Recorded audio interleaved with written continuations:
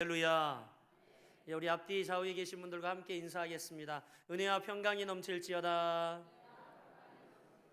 은혜와 평강이 넘칠지어다. 아멘. 오늘 여러분들과 함께 읽으신 본문을 가지고 쏟아진 진노라는 제목을 가지고 함께 요한계시록 38번째 강의 말씀을 나누려고 합니다. 이제 요한계시록에 보면 7이라는 숫자가 굉장히 많이 나옵니다. 그런데 요한계시록의 구조는 크게 이 7재앙이 3번 거듭되는 것이 중심을 이루고 있죠. 첫 번째는 7봉인이 떨어지면서 한 봉인 한 봉인 떨어질 때 임하는 재앙. 두 번째는 이제 7나팔, 한 나팔 한 나팔 울려 퍼질 때마다 임하는 재앙. 또 마지막은 이제 오늘 본문부터 언급되고 있는 7대접의 재앙이 시작되고 있습니다. 여러분, 하나님의 심판 그러면 여러분 어떤 생각이 듭니까? 두렵고 무섭고 그리고 또 참 과연 있을까 하는 생각이 들지 않습니까? 그런데 심판은 반드시 있고 또 이 심판을 통해서 모든 것이 증명되어짐을 여러분 믿으시길 바랍니다. 우리 옆 사람에게 축복하겠습니다. 심판을 통해 증명됩니다. 아멘. 여러분, 이것이 우리 믿음의 사람들에게는 큰 축복이에요. 심판을 통해서 우리가 믿음의 사람이라는 것이 증명된다는 것이 큰 축복이라는 거죠. 사람이 무엇을 소유하고 있든 그 가치는 환경에 의해서 완전히 달라집니다. 예를 들어 여러분, 제가 주머니에 5만 원짜리 한 20장을 넣고 있잖아요. 저 미국 가서 쓰려 그러면 이게 통용이 됩니까? 아니요. 환경이 달라지면 가치가 없어질 수도 있어요. 현재의 가치 있고 소중한 것이라고 해서 그 가치가 모든 환경에서 동일하게 적용되는 것은 아니라는 거죠. 아마 여러분 타이타닉이라는 영화를 보신 분이 계시는지 모르겠습니다. 이 장면 너무 멋있죠. 이렇게 배 머리에서 탁 남녀가 그러는 장면, 멋있는 타이타닉 영화를 보면 배가 이제 침몰하는 광경이 나옵니다. 어마어마하게 이 큰 배가 침몰을 하는데 이 배에 모든 사람들이 탈 수 있는 구명보트와 구명조끼가 준비되지 않은 거예요. 그러니까 난리가 났죠. 모든 사람이 배에서 탈출하기 위해서 우왕좌왕할 때에 구명조끼를 구하지 못해서 쩔쩔매던 어떤 한 돈 많은 부자가 있었습니다. 그가 이제 구명조끼를 가진 사람에게 돈 한 뭉치를 주면서 구명조끼와 이 돈하고 바꾸자고 합니다. 여러분 같으면 이 상황에 구명조끼와 이 돈 한 다발과 바꾸겠습니까? 안 바꾸겠습니까?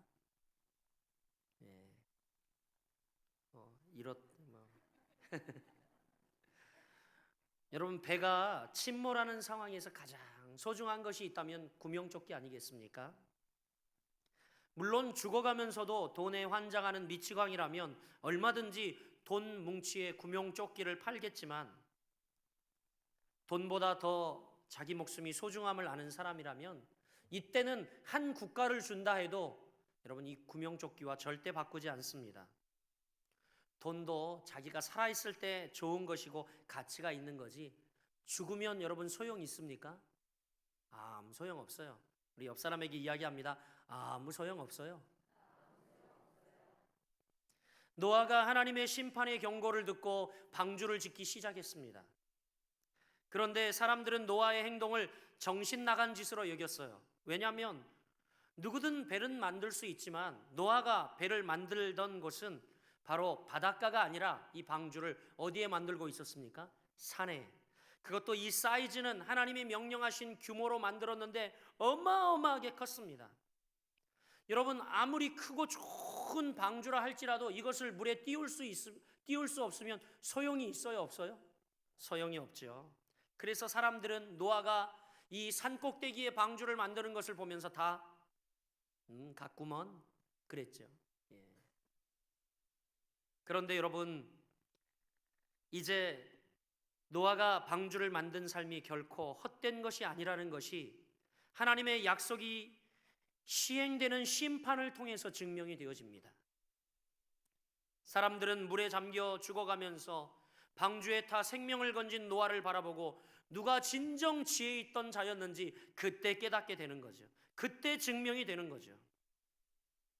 결국 여러분, 이 심판이라고 하는 것은 심판이라는 상황에서 무엇이 진짜 귀하고 소중한지, 어떤 것이 지혜 있는 삶인지 명확하게 드러나게 하는 삶의 증명이 되어진다는 사실입니다.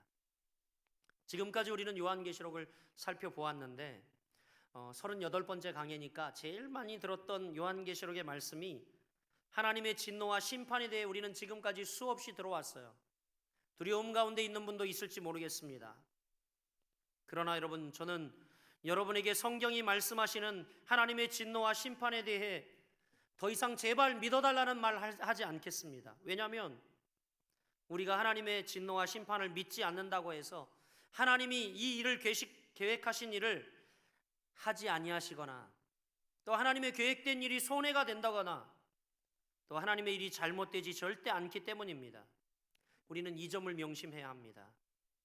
어떤 사람들은 마치 하나님께 선심을 쓰는 듯 믿음 생활을 생각하는 사람도 있어요. 내가 믿어드려야지. 하나님께 선심을 쓰는 듯 생각합니다. 아유, 내가 헌신해 드려야지. 여러분, 하나님께 선심을 쓰는 듯 믿음 생활 하지 마시길 바랍니다. 마치 우리 자신을 믿어주지 않으면 하나님에게 큰 손해가 발생하는 것처럼, 우리가 믿지 않으면 하나님께 큰 손해가 발생하는 것처럼 생각할지도 모릅니다. 그러나 하나님은 처음부터 인간과는 전혀 상관없이 스스로의 일을 계획하시고 스스로의 계획하신 일을 이루시는 완전하신 분이라는 것을 여러분 깨달아 하시길 바랍니다. 여러분이 믿건 말건 심판은 반드시 옵니다. 아멘이 적을 줄 알았어요. 누구나 심판을 맞기 두려우시죠. 여러분이 믿건 말건 심판은 반드시 있습니다. 그리고 이것을 통해서 진짜 다 증명이 되어집니다. 진짜냐 가짜냐, 이 심판을 통해 우리의 모든 것이 증명되어진다는 사실을 여러분 깨달아 하시길 주의 이름으로 축복합니다. 우리 옆 사람에게 다시 한번 이야기합시다. 심판을 통해 증명되어집니다. 아멘. 그런데 오늘 1절 말씀을 보니까 이렇게 이야기합니다. 우리 1절 말씀 같이 읽어볼까요? 또 내가 들으니 성전에서 큰 음성이 나서 7 천사에게 말하되 너희는 가서 하나님의 진노의 7 대접을 땅에 쏟으라 하더라. 이렇게 기록되어 있죠. 여러분, 오늘 1절 말씀을 보면 더 두렵습니다. 왜냐하면 하나님의 진노가 이미 쏟아졌다는 겁니다. 하나님의 진노가 이미 쏟아졌다는 거예요. 우리 옆 사람에게 이야기합니다. 하나님의 진노는 이미 쏟아졌습니다. 이걸 모르면 안 돼요, 여러분.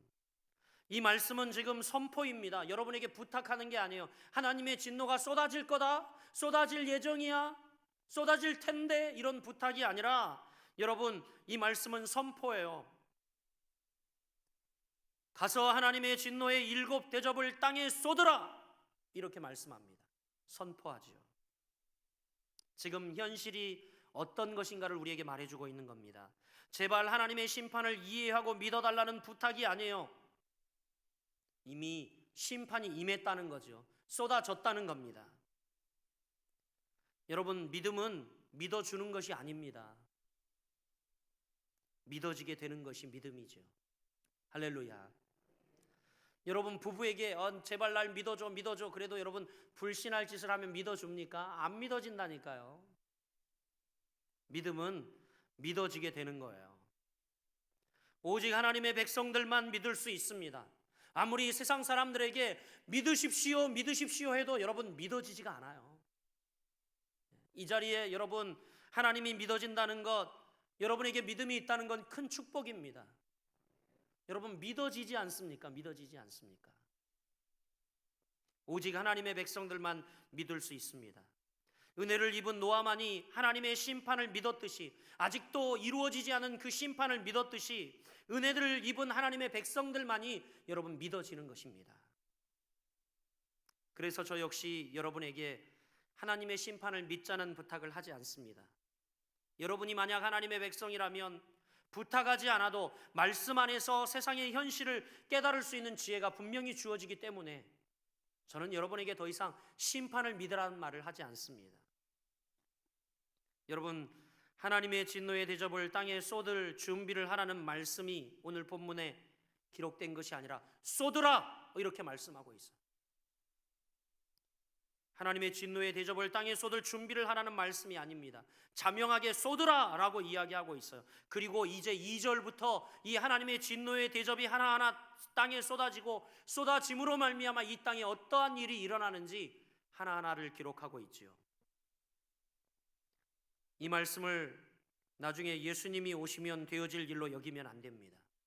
오늘 본문은 분명히 이미 이 세상에 쏟아진 대접이라고, 따라서 이 세상은 하나님의 진노가 이미 쏟아진 세상 속에 우리가 살고 있다라고 이야기를 합니다.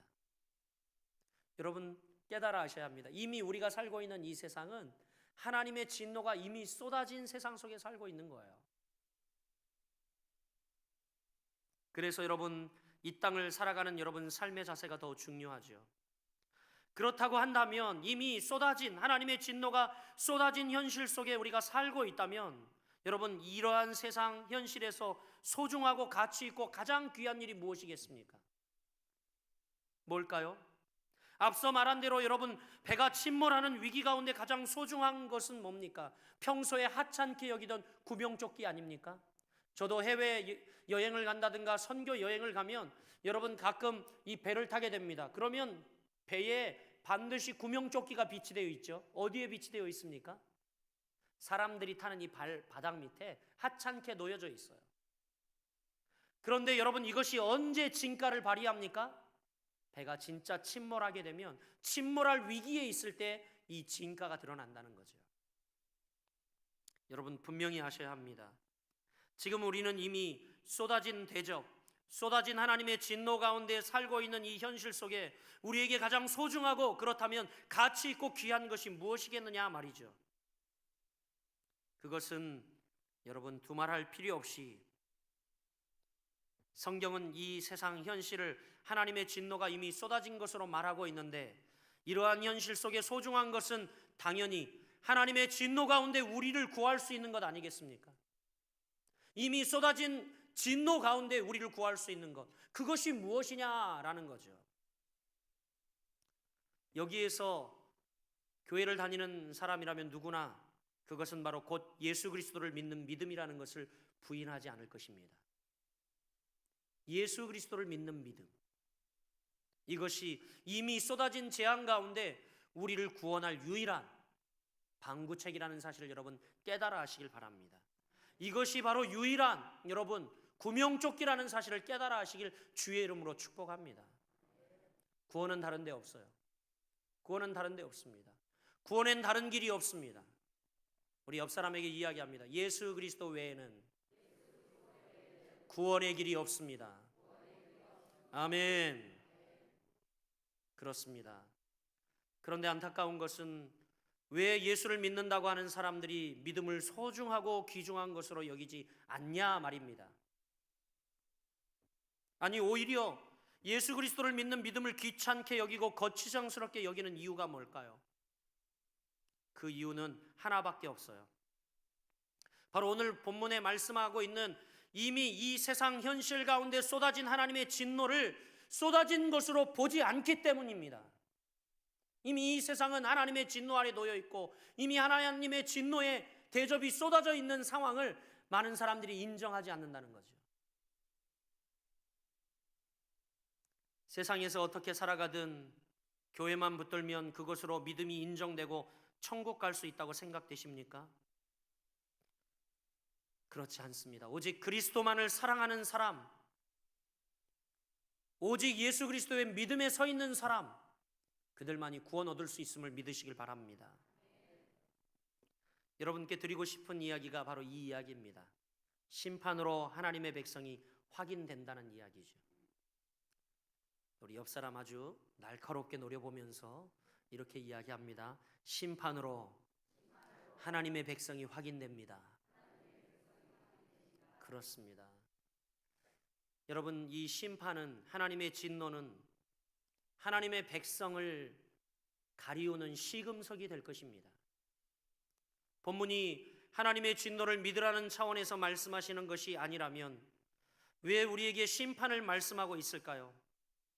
그것은 하나님의 심판에서 하나님의 백성이 확인되어지기 때문이라는 겁니다. 하나님의 진노가 쏟아진 세상에서 하나님의 백성의 모습이 어떻게 드러나는가?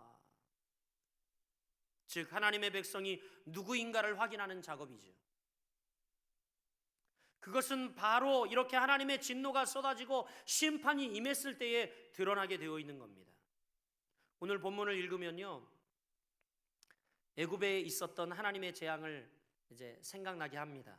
오늘 본문에 등장하고 있는 이 7 대접의 이 재앙들 하나하나 이제 언급하고 있는데, 본문 재앙이 애굽에 이 이스라엘 백성들이 출애굽할 때 애굽에 있었던 재앙과 전혀 무관하지 않음을 발견하게 되는데, 2절 말씀 보십시오. 첫째 천사가 가서 그 대접을 땅에 쏟음에 짐승의 표를 받은 사람들과 그 우상에게 경배한 자들에게 악하고 독한 종기가 나더라. 이렇게 기록하고 있죠.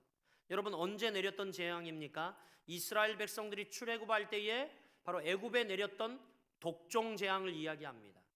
독종 재앙을 이야기하죠. 이것은 6번째 재앙이었습니다. 그리고 3절 말씀 보십시오. 3절 말씀 보니까 둘째 천사가 그 대접을 바다에 쏟음에 바다가 곧 죽은 자의 피같이 되니 바다 가운데 모든 생물이 죽더라. 4절에는 천사가 그 대접을 강과 물의 근원에 쏟음에 피가 되더라.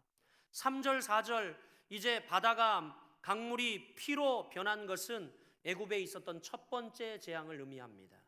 그렇죠. 이처럼 진노의 대접이 쏟아졌을 때 세상에 내려진 재앙이 애굽 재앙과 같다라는 것은 우리에게 시사하는 바가 큽니다. 그것은 뭐냐면 오늘 본문은 애굽 재앙을 이해하는 가운데에서 해석이 되어져야 한다는 겁니다. 이해가 되어져야 한다는 거죠. 여러분, 애굽 재앙이 어떤 재앙이라고 생각합니까? 단순히 이스라엘을 억압하고 고통스럽게 하는 이 애굽을 징계하고 이스라엘을 구원해내기 위한 것이었습니까? 이스라엘이 애굽의 종이 된 것은 성경은 그러나 분명히 이야기하는데 아브라함에게 말씀하신 하나님의 계획이었다라고 말합니다. 하나님의 계획에 의해 종국적으로 이야기하면 그들은 종이 되었다는 겁니다. 이스라엘이 애굽의 종이 되었다는 거죠. 그리고 하나님은 모세를 또 보내셔서 이스라엘을 구출시키십니다. 그런데 애굽 재앙을 단지 이스라엘의 구출로만 이해해 버린다면 하나님은요 정말 번거로운 방법을 사용하시는 겁니다. 왜냐하면 애초부터 이스라엘 백성들을 애굽의 종이 안 되게 하면 됐잖아요. 하나님이 무엇이든지 할 수 있는 능하신 분인데, 따라서 여러분, 이스라엘을 애굽의 종이 되게 하시고 또 애굽이 이스라엘을 놓지 않는다고 해서 무작정 벌을 주시는 것은 우리 차원에서는 이해할 수 없는 일이지만 하나님의 계획 차원에서는 우리가 이해할 수 있습니다. 이스라엘을 애굽의 종 되게 하신 것, 바로의 마음을 강팍하게 해서 순순히 이스라엘을 내보내지 않도록 하신 것, 애굽의 재앙을 내리시는 모든 과정에는 하나님의 의도가 있다라는 겁니다. 하나님의 작전이 있다라는 겁니다. 그것은 바로 참된 하나님의 백성을 드러내기 위한, 참된 하나님의 백성들을 뽑아내기 위한 하나님의 계획이었다는 사실입니다. 이 모든 것이. 그것을 이해하셔야 합니다. 여러분, 이스라엘이라고 해서 다 하나님의 백성이 아니었습니다. 이스라엘이라고 해서 애굽보다 나은 사람들이 아니었죠. 그래서 처음 재앙은 이스라엘과 애굽 사람 동시에 다 똑같이 주어졌어요. 그리고 나중에는 이스라엘과 애굽이 구별되어져서 재앙을 내리기 시작합니다. 하나님이. 결국 이것은요 이스라엘도 애굽과 같은 존재로 취급받았다는 것을 말하는 것이고, 나중에는요 구별된 재앙 속에서 이스라엘은 애굽 징벌을 보면서 뭔가 하나님이 우리에게 말씀하시고 있는 것을 깨달았어야 돼요. 아, 왜 저들을 심판하고 계실까? 왜 저들만 심판하고 계실까? 이스라엘 백성들에게 하나님이 말씀하고 있는 것이 있었다는 것입니다. 애굽인들의 삶의 태도는 전적으로 자신들을 의지하면서, 자신들을 의뢰해서, 자신들이 열심히 일해서 얻은 소산물을 의존하는 삶이 애굽 사람들의 삶이었습니다. 반면 이러한 삶의 태도는 이스라엘이라고 해서 예외가 아니었어요. 그렇게 똑같이 살면 안 되는데 이스라엘 백성들은 그들과 똑같이 살았어요. 그래서 나중에 광야에서 그러한 삶의 태도를 드러내고 하나님을 원망했습니다. 그런데 하나님은 애굽인들이 의존하는 모든 소산물을 이 열 재앙을 통해서 완전히 쳐버리십니다. 그들이 의존하는 것을 참으로 그들이 의존하던 것에 생명의 근원이 있지 않음을 보여주기 위함이었어요. 하나님은 너희들이 의존하고 너희들이 붙드는 것에 생명의 근원이 있는 것이 아니다.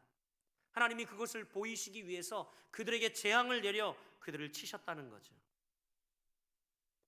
그리고 이스라엘에게 이제 하나님은 생명의 근원이 나에게 있고 또 이스라엘 사람들에게 새로운 삶의 태도를 가르쳐 주기 위해서 이 재앙을 내리셨다는 겁니다. 너희는 너희 힘과 노력으로 생명을 유지하고 지킬 수 있다는 태도가 하나님께 공격받아야 할 대상이라는 것을 하나님이 깨닫기 위해서 재앙을 내리신 거예요. 여러분, 우리도 우리를 신뢰하고 살아가면, 우리를 의존하고 우리를 붙들고 살아가면, 나의 철학과 경험과 나의 모든 것, 나의 아성, 나의 물질, 나의 명예, 이것을 의지하고 살아가면 여러분, 하나님 분명히 심판이 있습니다. 하나님의 재앙이 분명히 있습니다. 바로 애굽인들에게 보여주신 재앙은 바로 그런 것이었어요. 이것은 바로 하나님과 원수되고 대적이 된다는 사실을 재앙을 통해서 증명한 사실이죠. 설사 이스라엘이라고 해도 애굽 사람과 같은 삶의 태도를 버리지 못한다면 그들 역시 하나님을 대적하는 것이고, 그리고 그들도 역시 재앙을 받아야 할 원수라는 것을 지금 이 재앙을 통해서 가르쳐주고 있는 겁니다. 여러분, 이것이 명확히 드러난 것이 바로 출애굽할 때의 10번째 재앙이었어요. 10번째 재앙이 뭐죠? 다 까먹으셨어. 장자의 재앙. 그리고 분위기가 심판 얘기하니까 아주 심각하고 지금 두려워 떨고 계신 것 같아요. 이것이 명확하게 드러난 것이 10번째 재앙이었죠. 10번째 재앙은 이스라엘도 예외가 아니었어요. 누구든지 어린 양의 피를 바르지 아니하면 살아날 수가 없었습니다. 이것이 하나님이 드러내신 새로운 생명의 근원, 새로운 삶의 방식을 드러내신 거예요. 어린 양의 피가 곧 생명임을 드러내고 계십니다. 누구든지 이제 생명의 근원을 자신의 힘으로 거둬들인 세상의 소산물에 두는 것이 아니라 어린 양의 피에 우리의 생명의 근원을 두면 그는 살고 하나님의 백성이 되고, 즉 참 이스라엘이 된다는 말씀이죠. 그래서 여러분, 하나님은요 6월절 어린 양의 정신이 계속 이어지는 이스라엘만을 참된 이스라엘로 인정했다는 겁니다. 이처럼 애굽 재앙을 통해서 새롭게 탄생되어진 집단이 있는데 그들이 바로 어린 양의 피로 인해 보호되고 생명을 얻은 백성들, 바로 저와 여러분들입니다. 어린 양의 생명책에 그 이름이 기록된 저와 여러분들, 할렐루야. 이 말씀이 무슨 뜻인지도 이해되지 않으면 심각한 거예요. 여러분, 과연 내가 구원받았나 심각하게 생각해 봐야 합니다. 이미 쏟아진 진노 가운데 우리는 살고 있어요. 여러분, 우리를 산자와 죽은 자로 구별하는 마지막 결론은요, 어린 양의 피가 그 가운데 있느냐 없느냐, 예수 그리스도의 보혈이 여러분 가운데 있느냐 없느냐라는 것입니다. 사랑하는 여러분, 결론적 말씀을 드리고 싶습니다. 어린 양과 동행하고 있습니까? 흔히 요한계시록을 예수님의 재림이 중심이라고 생각합니다. 그러나 아니에요. 예수님의 재림이 중심이라면 왜 예수님을 구약적 용어인 어린 양으로 계속 요한계시록에서 묘사하고 있을까요? 요한계시록의 중심은 죽임을 당하신 어린 양이신 예수님이 중심입니다. 요한계시록의 중심은 저와 여러분을 위해 희생의 죽음을 하신, 바로 죽임당하신 어린 양을 말씀하고 있다는 사실입니다. 그래도 아멘을 안 하시네요. 참 신기해요. 강적들이세요. 여러분, 무엇에 아멘하며 반응하셔야 됩니까? 여러분에게 돈 많이 버십시오, 부자 될 겁니까? 부자 될 겁니다, 이런 이야기에만 여러분 아멘 하시렵니까? 그런 기복신앙에서 벗어나야 합니다. 진짜 우리가 하나님의 참된 자녀가 된 것, 어린 양의 피로 구속함 받은 것, 이 사실로 인하여 우리가 아멘하고 이 사실로 우리가 기뻐해야 하고 그 어린 양이 우리를 위해 피 흘려 죽으셨음을 인하여 요한계시록에 계속 이미 구약에 죽은 어린 양을 계속해서 이제 신약의 마지막 책에 언급하고 있는 것은 이 어린 양 예수 그리스도의 보혈의 피가 아니고 우리가 구원받을 수 없음을 이야기하는 것입니다. 그래도 오늘 본문 애굽 재앙을 통해서 어린 양의 피로 인해 보호된 집단이 새로 탄생하는 것처럼 이야기하는데, 하나님의 진노가 쏟아진 이 세상의 현실에서 뚜렷이 구별되는 한 집단 탄생, 그들이 곧 어린 양이신 예수님의 피로 탄생된 집단인 저와 여러분인 것을 믿으시길 바랍니다. 이들은 세상이 왜 하나님의 진노 아래에 있는지를 이해하는 자들입니다. 여러분, 이 세상이 왜 하나님의 진노 아래에 있는지 이해하지 않습니까? 그렇죠. 이 세상은 자신에게 있는 힘을 의지하고 그 힘으로 거둬들인 소산물에 자기 생명을 삼고 살아가는 삶의 태도, 이것이 곧 하나님의 진노의 대상임을 알고 이해하는 자들이죠. 그러나 우리는 어떻습니까? 어린 양의 보혈로 구원받은 우리는 우리 힘으로는 이 세상을 살아갈 수 없습니다. 우리 힘으로는 이 세상의 죄악을 이길 수 있는 힘이 없습니다. 예수 그리스도의 보혈의 피만이 우리를 구원하실 수 있습니다.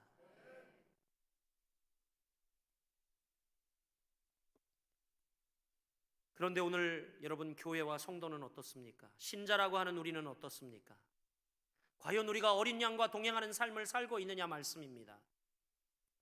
어린 양과 동행하는 삶이라면 어린 양의 희생의 피를 자기 몸에 두는 삶을 살아야 합니다.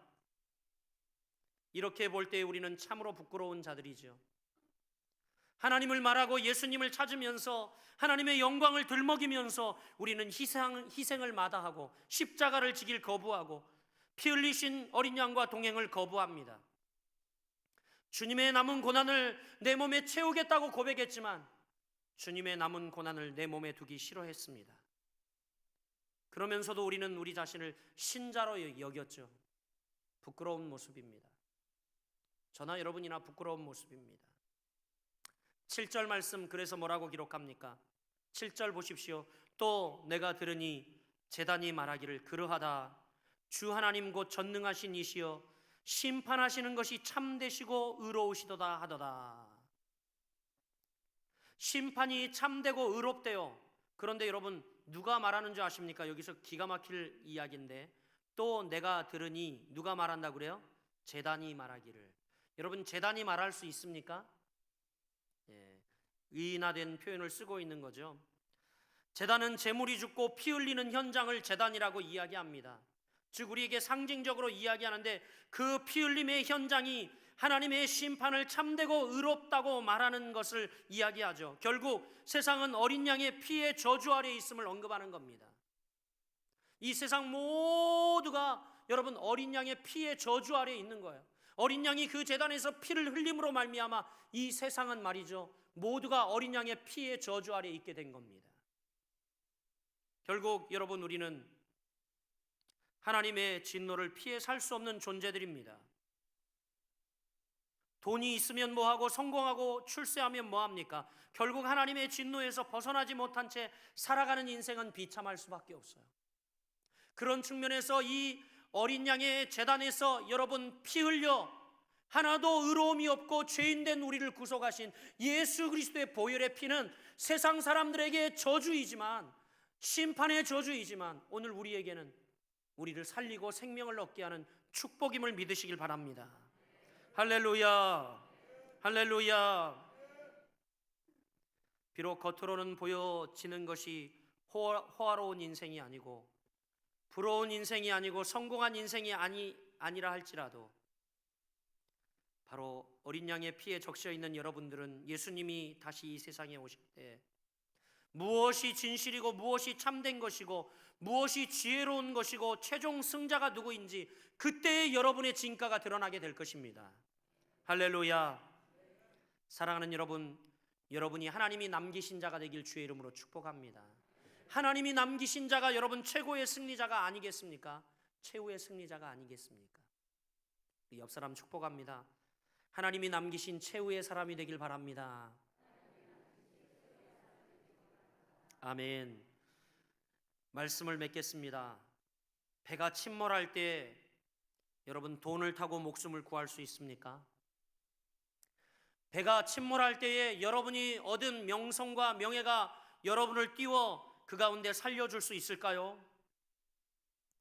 물에서 우리를 살릴 수 있는 것은 구명조끼밖에 없습니다. 구명조끼의 가치와 소중함은요, 언제 드러납니까? 배가 침몰할 때 증거되어지는 것처럼 그리스도의 소중함, 여러분의 믿음의 소중함도 이 세상이 침몰할 때의 증거가 되어질 것입니다. 신자는, 믿는 자는 그때를 미리 바라보고 살아가는 자들입니다. 할렐루야. 우리들은 그때를 미리 바라보고 살아가는 자들이에요.